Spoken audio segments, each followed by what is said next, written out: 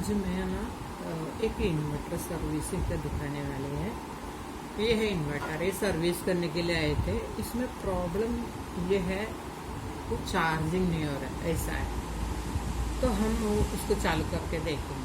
इसके बाद केस और एक बात करना है मुझे।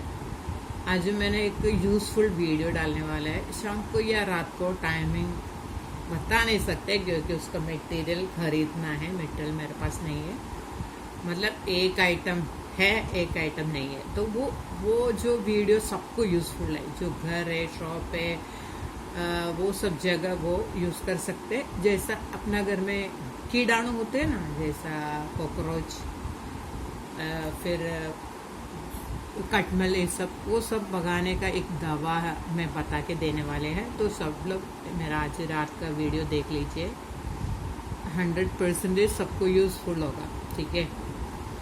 ഇന്ന് ഞാനുണ്ടല്ലോ, ഇതിപ്പോൾ ഇൻവെർട്ടർ സർവീസിങ്ങിൻ്റെ ആണ്. പിന്നെ ഞാൻ ഇന്ന് രാത്രി ഒരു വീഡിയോ ഇടുന്നുണ്ട് കേട്ടോ.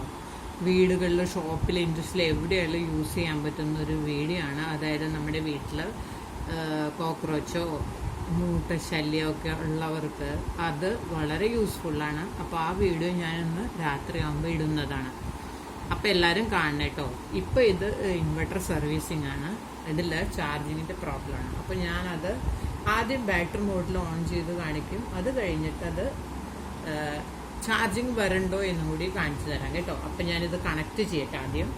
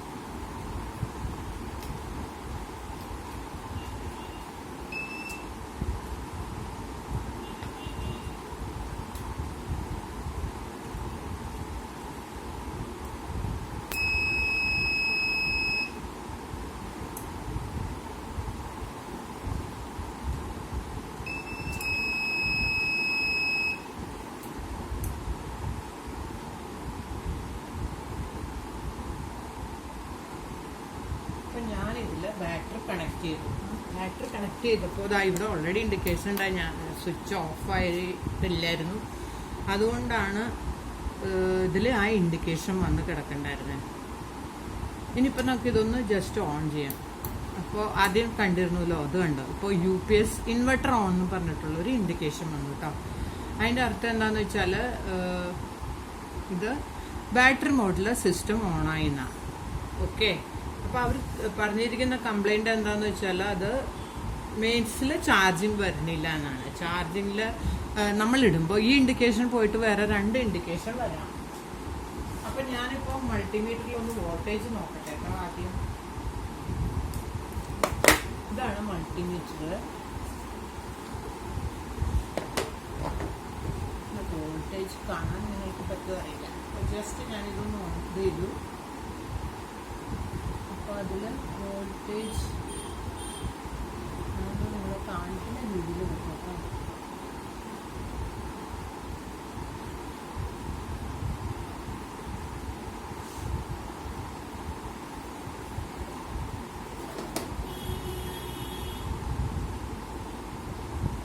ഇതിൽ 12.21 വോൾട്ടേജ് വരണ്ട്, 12.12. അപ്പോൾ ഇനി നമുക്കതൊന്ന് മെയിൻസിലിട്ട് നോക്കാം.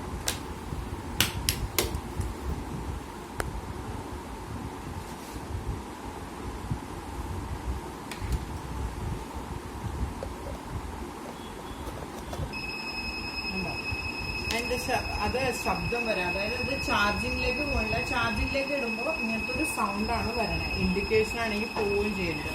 ഓക്കെ, നമുക്കത് ഊരാം. എന്നിട്ട് എന്താണ് പ്രോബ്ലം എന്ന് നോക്കാം കേട്ടോ. ആ ഒച്ച പോകണമെങ്കിൽ അതിനെ വീണ്ടും റീസെറ്റ് ചെയ്തിട്ട് ഇടണം. ഓക്കെ, അപ്പോൾ നമുക്ക് ആ സിസ്റ്റം ഒന്ന് ഇത് ചെയ്യാം. ഞാൻ നേരത്തെ സ്ക്രൂ ഊരി വെച്ചിട്ടുണ്ടായിരുന്നു. ഇത് ഓഫ് ചെയ്തിട്ട് ഒന്ന് ഇത് ചെയ്യാം.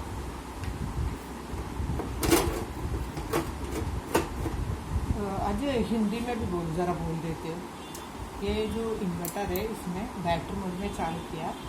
अभी मैं इसका प्रॉब्लम ही चार्जिंग प्रॉब्लम है, मतलब चार्ज नहीं हो रहा है, ऐसा है। अभी मैंने मेंस में लगा, देखो मेंस में लगाएगा तो ऐसा होता है, मतलब वो चार्जिंग के लिए जाते नहीं। अभी हमें वो जो इन्वर्टर है वो एक बार खोल के देख लेते क्या प्रॉब्लम है, ठीक है।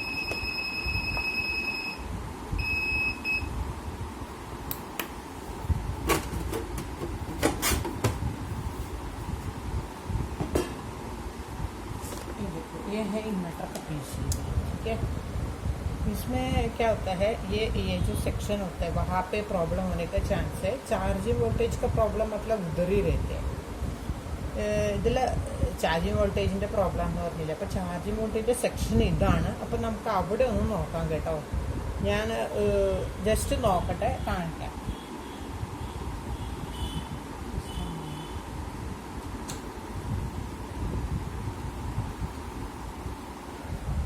ഇവിടെ കാണുന്നുണ്ടോ എനിക്കറിയില്ല. ഇവിടെ ചാർജിങ് വോൾട്ടേജിൻ്റെ ഒരു കണക്ടർ ഉണ്ടല്ലോ, അവിടെ ഇത്തിരി കറുത്തിട്ടായിരിക്കണേ. ഞാൻ അതൊന്ന് ക്ലീനൊക്കെ ചെയ്തിട്ട് കണക്ട് ചെയ്തിട്ട് കാണിച്ചു തരാം കേട്ടോ.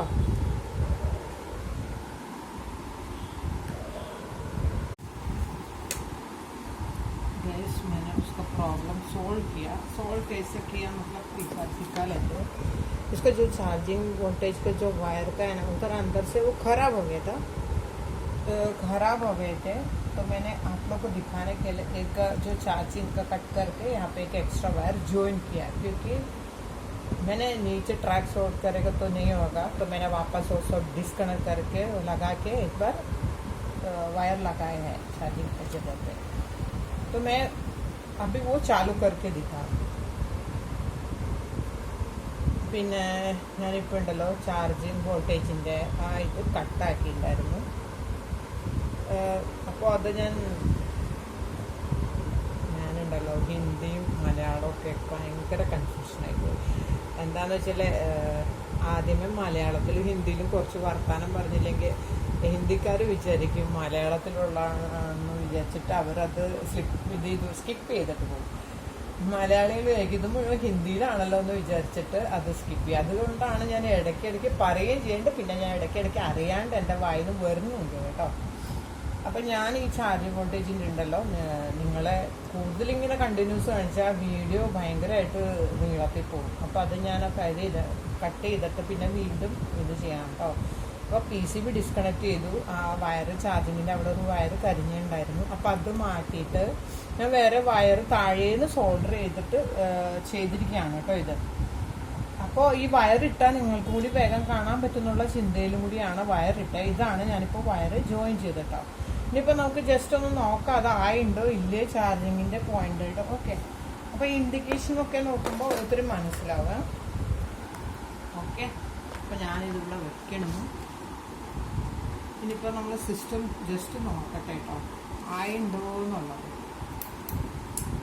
ഇതായി.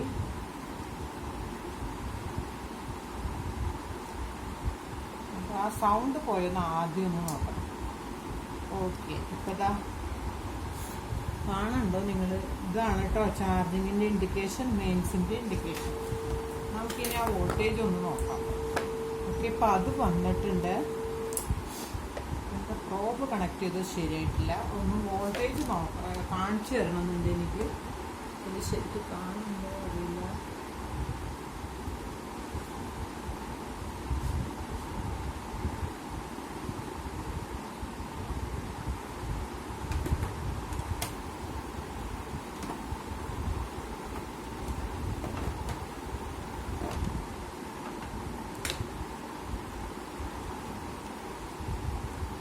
ഇനിയിപ്പോൾ ചാർജിങ് വോൾട്ടേജ് ഞാനൊന്ന് വേഗം കാണിച്ചു തരാം കേട്ടോ. ആ ഇൻഡിക്കേഷൻ നോക്കുക.